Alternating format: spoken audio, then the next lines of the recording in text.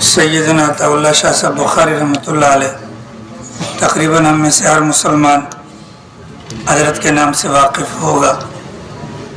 حضرت والا بیان فرماتے ہیں کہ ایک دن بیٹھے بیٹھے میں تصورات کی دنیا میں چلا گیا، جیسے انسان خیال میں اپنے تصور میں کہیں سے کہیں پہنچ جاتا ہے۔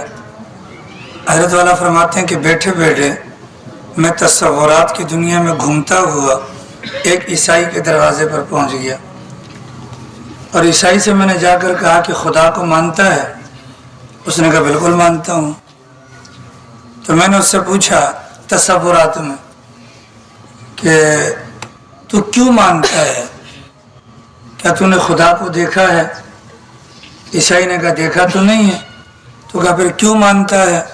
کہا کہ مجھے میرے پادری نے بتلایا۔ حضرت فرماتے ہیں کہ خیالات ہی کے اندر میں عیسائی کے گھر سے اٹھا، پادری کے دروازے پہ پہنچا، اور جا کر میں نے پادری سے پوچھا ہاں بھی خدا ہے؟ اس نے کہا جی ہے۔ تو میں نے کہا آپ نے خدا کو دیکھا ہے؟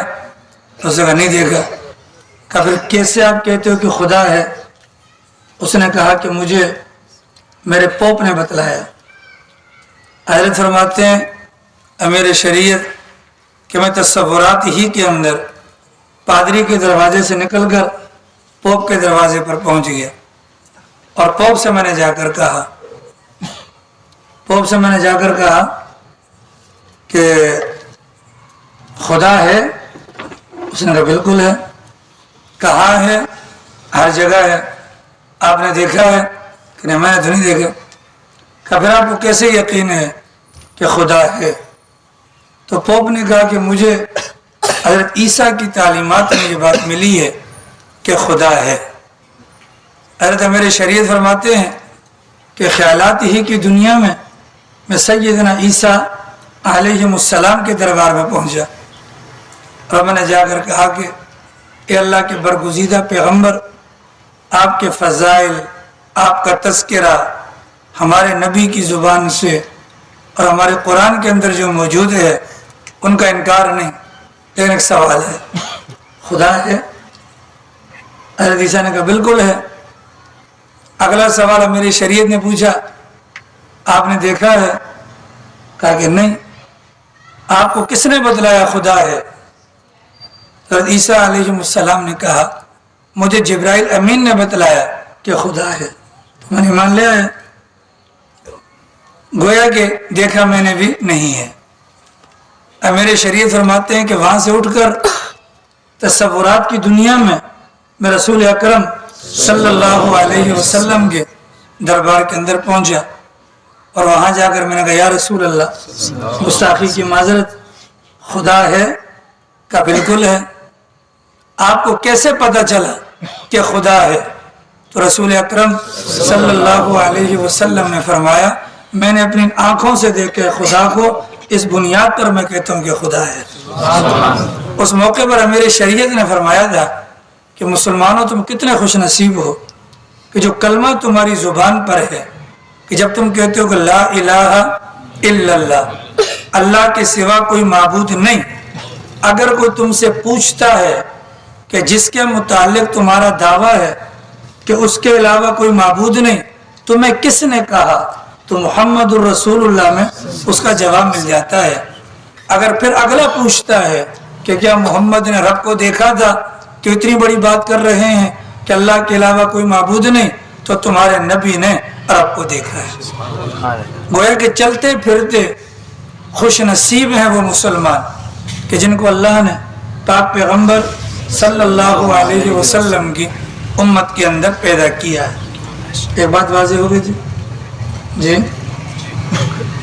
سرکار کی مجلس لگی ہوئی تھی، حضرات صحابہ کرام تشریف فرما تھے، دائیں طرف ابو بکر صدیق ہیں اور بائیں طرف عمر فاروق ہیں، باقی دیگر صحابہ کرام سامنے موجود ہیں۔